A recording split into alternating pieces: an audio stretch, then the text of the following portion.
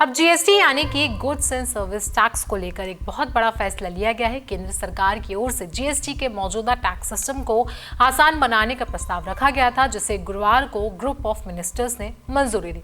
इस प्रस्ताव के तहत अब जीएसटी में कुल 4 टैक्स स्लैब की जगह सिर्फ 2 टैक्स स्लैब होंगे, जो कि 5 और 18% होंगे, यानी कि 12 और 28% वाले टैक्स स्लैब को हटा दिया जाएगा। बिहार के उप मुख्यमंत्री सम्राट चौधरी की अध्यक्षता में हुई इस बैठक में कुल 6 राज्यों के मंत्री शामिल हुए, जिनमें उत्तर प्रदेश, राजस्थान, पश्चिम बंगाल, कर्नाटक और केरल के मंत्री भी मौजूद रहे। क्या बदलेगा नए जीएसटी ढांचे में? 5% टैक्स जरूरी और आम इस्तेमाल की चीजों पर लगेगा, वहीं 18% टैक्स सामान्य और ज्यादातर वस्तुओं व सेवाओं पर लगाया जाएगा। इसके अलावा 40% टैक्स तंबाकू और लग्जरी चीजें जैसे कि शराब, सिगरेट, लग्जरी कारें आदि पर लगाया जाएगा। आपको बता दें कि पहले लग्जरी कारों पर 50% से ज्यादा टैक्स लगाया जाता था, जिसे अब घटाकर 40% तक कर दिया गया है।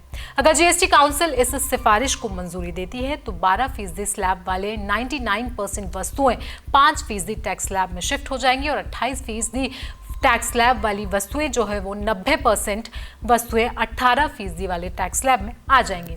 इससे कई सारी चीजें सस्ती हो जाएंगी और लोगों को सीधा सीधा इसका फायदा मिलेगा।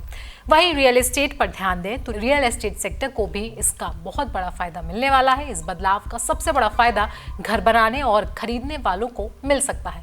फिलहाल घर बनाने में इस्तेमाल होने वाले सामानों पर अलग अलग टैक्स लगाया जाता था, जैसे कि सीमेंट और पेंट पर 28%, तो वहीं स्टील, टाइल्स और सैनिटरी वेयर पर 18% लगता था। अब अगर इन सभी को 18% स्लैब में लाया जाता है तो ये समान दर की जा सकती है और कंस्ट्रक्शन की लागत भी घट सकती है। इससे डेवलपर्स का खर्च भी कम होगा और घर की कीमतों में भी 2 से 4% तक की गिरावट आएगी। विशेषज्ञों का मानना है कि इनपुट टैक्स क्रेडिट यानी कि आईटीसी को फिर से लागू किया गया तो मिडिल क्लास और छोटे उद्योगों को बहुत ज्यादा राहत मिलेगी।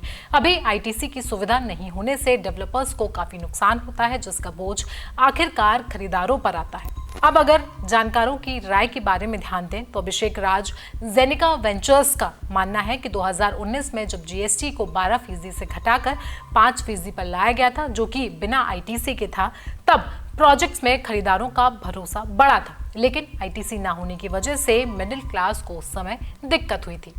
वहीं पवन शर्मा टीआरजी ग्रुप का कहना है कि अगर सीमेंट और स्टील जैसी चीजों पर टैक्स कम हो और आईटीसी मिले तो खरीदारों और डेवलपर्स दोनों को फायदा मिल सकता है।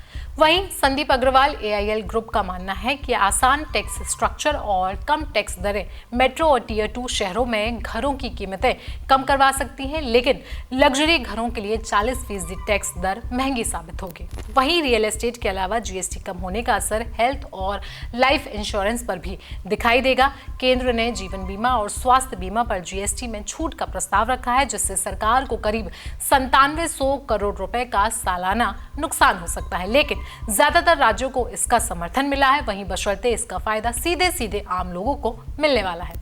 अभी यह फाइनल फैसला नहीं है, सिर्फ ये मंत्रिय समूह यानी कि ग्रुप ऑफ मिनिस्टर्स की सिफारिश है, जिसे जीएसटी काउंसिल की अगली बैठक में मंजूरी दी जाना बाकी है। अगर मंजूरी मिलती है तो जीएसटी का नया ढांचा लागू होगा और आम जनता से लेकर बिल्डिंग और मिडिल क्लास तक को इससे बड़ा फायदा मिलेगा। मालूम हो कि सरल टैक्स प्रणाली से न सिर्फ चीजें सस्ती होंगी बल्कि टैक्स चुकाने वालों की संख्या भी बढ़ेगी। ये बदलाव आम लोगों की जिंदगी को आसान बनाने की दिशा में एक बहुत बड़ा कदम साबित होगा। अब सबकी निगाहें जीएसटी काउंसिल की होने वाली अगली बैठक पर टिकी हैं, जिससे उम्मीद जताई जा रही है कि दिवाली तक आम लोगों को बड़ी राहत मिल सकती है।